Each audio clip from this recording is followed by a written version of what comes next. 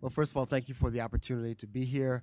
My name is Christophe Ringer. I'm a doctoral candidate in religion, ethics, and society at Vanderbilt University. And I also serve as a local pastor. And part of what I did as a pastor was to have individuals who are part of the Occupy movement, as well as divinity students, to actually preach at the church and to be able to also do Bible studies, to break down some of the misconceptions about what the Occupy movement is really about. This is entitled The Occupy Movement in Our Religious Situation. I want to begin this address to the church by recalling a political cartoon I viewed online, which originally appeared in the New Yorker magazine. The cartoon depicts two men standing in front of each other.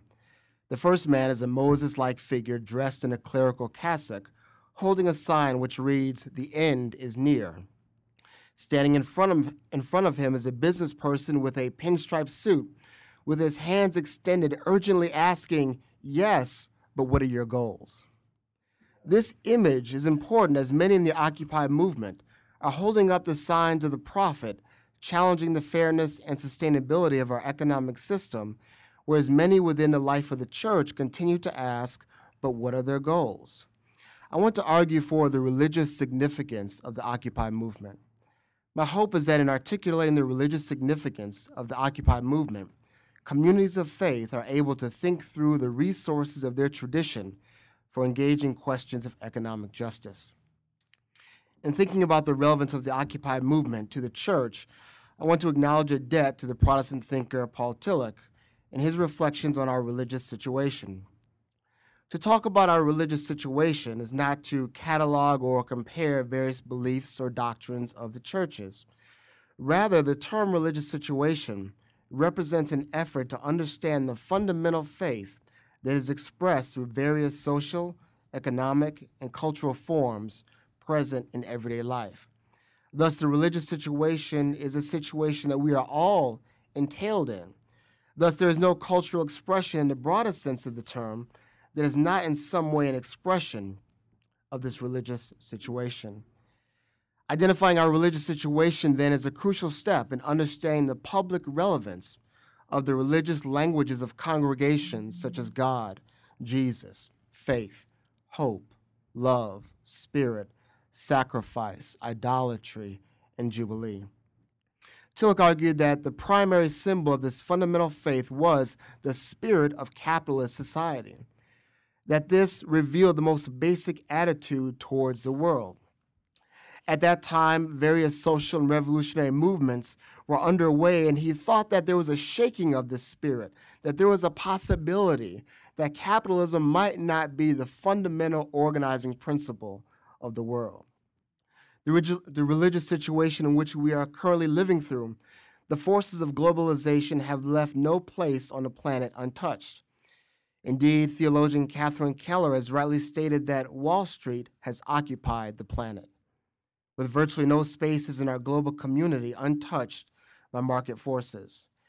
This is an important point for the Christian tradition, which argues that the earth is the Lord's and all that is in it, the world and those who live in it. Thus, to discuss globalization is not only to engage topics such as multinational corporations or labor abuses, rather it is also to recognize the way in which a market rationality as a way of thinking, discerning, judging, and acting has increasingly become a basic background condition woven into the fabric of our everyday lives. To be clear, to name our religious situation is not to ask whether one believes in capitalism or not. Rather, it is to grasp the way in which an organization of a global community has profound effects upon the question of who flourishes and prospers, who is disinherited and dispossessed, who will be hungry or homeless, and quite frankly, whose lives matter. The Occupy movement is exemplary of this, as their protests made deft use of global technologies through the internet, laptops, and cell phones, creating new forms of global solidarity. Thus, taking the Occupy movement seriously allows the church to recognize, examine, and question the ways in which a market rationality quickly becomes a moral rationality in the teaching, preaching, and public witness of the church. In particular, I have in mind a kind of naturalization of the economic order in which churches often preach. In other words, if one loses one's job, it isn't because of any broader social forces, but rather there is a problem within the individual. As such, the Occupy movement challenges the church to examine what the Christian tradition once called the chief sin of humanity, the supreme guilt of the world, the entire case put before judgment, the problem of idolatry. The problem of idolatry is rooted in the human desire to keep at bay the forces that threaten the well-being of our personal and collective lives. When our devotion towards any economic and political system designed to meet human needs becomes unreflective, unexamined, and demonstrates intolerance towards imagining anything different, we verge on a profound idolatry. Thus, idolatry fails to recognize the truth that all human institutions are subject to vulnerability, decay, and corruption. In the words of Ed Farley, we are unable to treat it in attitudes of spontaneity, creativity, criticism, irony, or humor, and we move through space and time on constant alert against whatever might threaten the idolized good. This is exemplified in the intense level of anger and sometimes disgust directed at the Occupy movement, when the contradictions, inequalities, and injustices present in our economic order are highlighted in a way that captures the public imagination. This failure of recognition forecloses genuine possibilities of correction. Thus, the refrain, "The end is near, but what are your goals?" In addition, the dynamics of idolatry are such that it distorts the effects of concrete historical choices made by human communities. Thus, the Occupy movement allows the church to grasp its role of its faith, institutions, in contributing to our common life characterized by the 1 and the 99%. In speaking of the 1% and the 99%, the Occupy movement effectively uses the statistical language normally reserved for the unemployment rate, the Dow Jones Industrial Average, new home starts, or the jobs report to express the degree to which our relationships with our neighbors are based upon love and justice. This unexamined faith, which often couples market relationships with moral relationships, is revealed in the way in which the language of the Occupy movement has proliferated.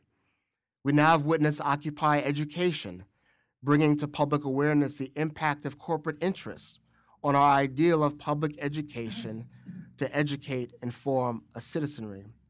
Occupy for Prisoners has joined the work of prison activists to raise tough questions about nations whose priorities and profit motives produce the very persons they will attempt to contain, discipline, and punish. Women Occupying Wall Street has expressed anew the critical role of gender in maintaining our profound inequalities and injustices. Occupy the Hood, with chapters across the nation, explicitly connects the ongoing problem of racism to the issues raised in the Occupy movement. This very week, we have witnessed Strike the Debt movement, which purchases crushing debt from medical bills in order to abolish debt in the spirit of Jubilee as witnessed in the Hebrew Scriptures. And the list goes on. The church can understand this proliferation of Occupy movements and organizations inspired by the movement as new spaces where God is spoken anew. It is precisely in these spaces where the unexamined devotion to our economic system and questions that system that the stranglehold of idolatry is broken. Thus, when the church begins to read the signs of the times, it may be able to turn to its own resources, such as hymns that remind us that it is God who holds tomorrow, freeing us from the fear of what may become or what could be. Thank you so much.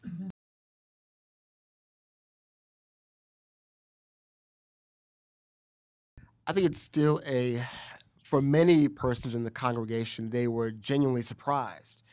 Some of them had assumed that everyone who was camping out did not want to work or did not have jobs, but to find out that many of them were full-time students, they had full-time jobs, and they went there in the evenings, spent the night, and went to work in the morning, right? That was a genuine surprise to them.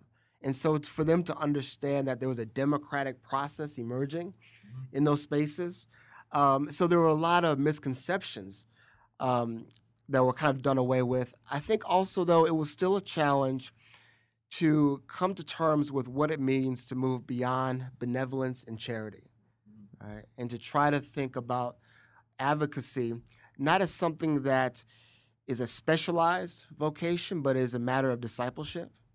And that's a very different way of trying to think about one's faith.